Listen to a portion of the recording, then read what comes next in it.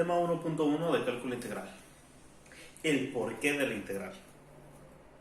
O la razón de la integral. Quizás recuerden de cursos anteriores de la razón del cálculo diferencial. La razón del cálculo diferencial nace a partir de, en una función cualquiera, determinar o trazar una recta tangente a un punto cualquiera de la misma función. Para el cálculo integral, la necesidad o el requisito nace a partir de querer calcular un área que se encuentra debajo de una función y que se encuentra en una región acotada.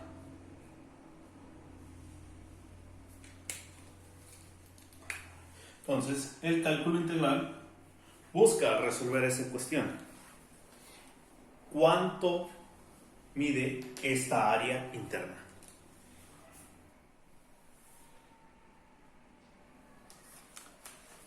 Si recordamos cursos anteriores de matemáticas, el área de un rectángulo se define como base por altura. Por otro lado, el área de un triángulo se define como base por altura entre 2. Mientras que para un círculo, su área es pi por radio al cuadrado. Si bien estas figuras regulares tienen fórmulas específicas para resolver el cálculo de su área, en una figura amorfa o en una figura que no se encuentra completamente definida, se vuelve complicado el cálculo de áreas. Entonces, una de las propuestas que se han dado para poder calcular estas áreas es no calcular el área completa de la figura, sino segmentar la figura en partes para poder determinar el área total. Si nosotros partimos de esta forma a esta figura, tenemos ahora dos áreas. Si bien antes teníamos una área total, A mayúscula, estas áreas podrían ser A sub 1 y A sub 2. Y esta área total, A mayúscula, sería igual al área 1 o el área sub 1 más el área sub 2. ¿Qué sucede? Que esta figura sigue siendo, ambas figuras que tenemos aquí siguen siendo muy complejas de poder calcular sus áreas. Entonces, ahora volvemos a partir por aquí, pero tenemos área 2 y aparece un área 3. De tal manera que esta área total vuelve a incrementarse y ahora es área 1 más área 2 más área 3. Podemos hacer infinitas divisiones para reducir el área de cada una de estas pequeñas áreas y hacer una figura más simple de interpretar. Logrando de esta forma trazar pequeños rectángulos que sean uniformes trazar pequeños rectángulos de los cuales nosotros conozcamos sus dimensiones para poder saber cuál es el área total que se encuentra debajo de aquí. Si nosotros decimos que esta función de aquí se llama f de x, entonces podemos definir a este punto como un punto P, y si nos fijamos, la altura de este rectángulo de aquí va a ser igual a la función en el punto P. Pero, ¿de qué tamaño es el grosor de ese rectángulo? Porque, bueno, el área del rectángulo se define como base por altura. Entonces, si utilizando la función evaluada en el punto P, nosotros conocemos la altura de ese punto, de la altura del rectángulo que nace en ese punto. Bueno, ahora podemos calcular, necesitamos conocer el grosor de ese rectángulo, esto de aquí, para poder determinar el área de ese rectángulo. Bueno, la base la tenemos que definir como la dimensión más pequeña que podamos concebir para un número o para ese grosor.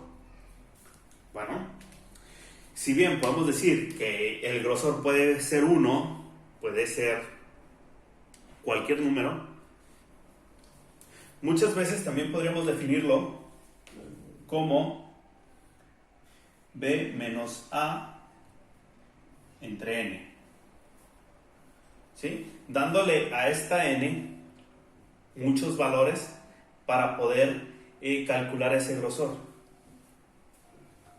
Pero esa n de ahí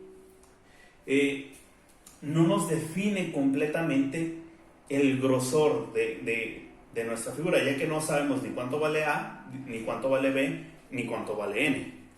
Entonces, lo que podemos hacer en estos casos es definir un diferencial de distancia.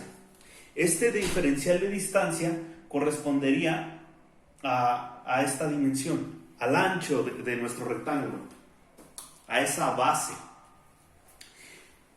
Y bueno, si decimos que este diferencial va a ser el número más chico posible, pues ya estaríamos definiendo múltiples rectángulos aquí, tantos como este delta de x nos permita acomodar ahí. Y bueno, para conocer la altura o el área de ese rectángulo, pues simplemente nos vamos al área del rectángulo. El área del rectángulo quedamos que es igual a base por altura. Bueno, la base dijimos que es delta x y la altura dijimos que era f de p. Para irnos acomodando un poquito más a lo que es el formato de sumas de Riemann, utilizaremos la propiedad conmutativa de la multiplicación e invertiremos esta función y la colocaremos como f de p por delta x.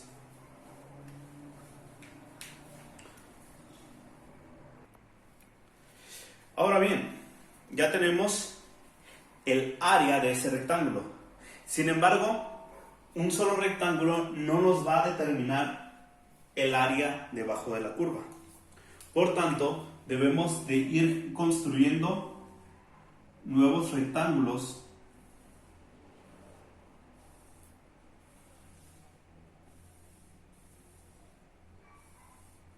que nos puedan ayudar a determinar esa altura, a determinar esas áreas. De tal manera que ahora nos aparecen multitud y multitud de rectángulos. Entonces hay que expresarlo de alguna forma. Bueno, hace unos momentos dijimos que el área total, nuestra área, va a ser igual a la suma de todas las áreas pequeñas que se encuentran ahí. Entonces tendríamos a sub 1 más a sub 2 más a sub 3 más a sub 4 más a sub n. ¿Sí? Hasta el último valor de eso. Bueno, esta expresión se puede representar a través de sumatorias. ¿Sí? Es una herramienta matemática para expresar sumas tan largas. Entonces podemos decir que el área va a ser igual a la sumatoria de i igual a 1, porque empieza en 1, hasta n. ¿Cuánto va a valer n? No lo sabemos. Simplemente hasta n. Puede que ese n valga infinito, puede ser que valga 1.000.000, hasta n. Punto. ¿De quién? Bueno, de a sub i. Pero, ¿cuánto vale esa A sub I? Bueno, esto de aquí sería el área en el punto P. Entonces tenemos aquí A sub P. Entonces, podemos representar esto como la sumatoria de I igual a 1 hasta N de F. Ahora no es F en P, sino sería F en I.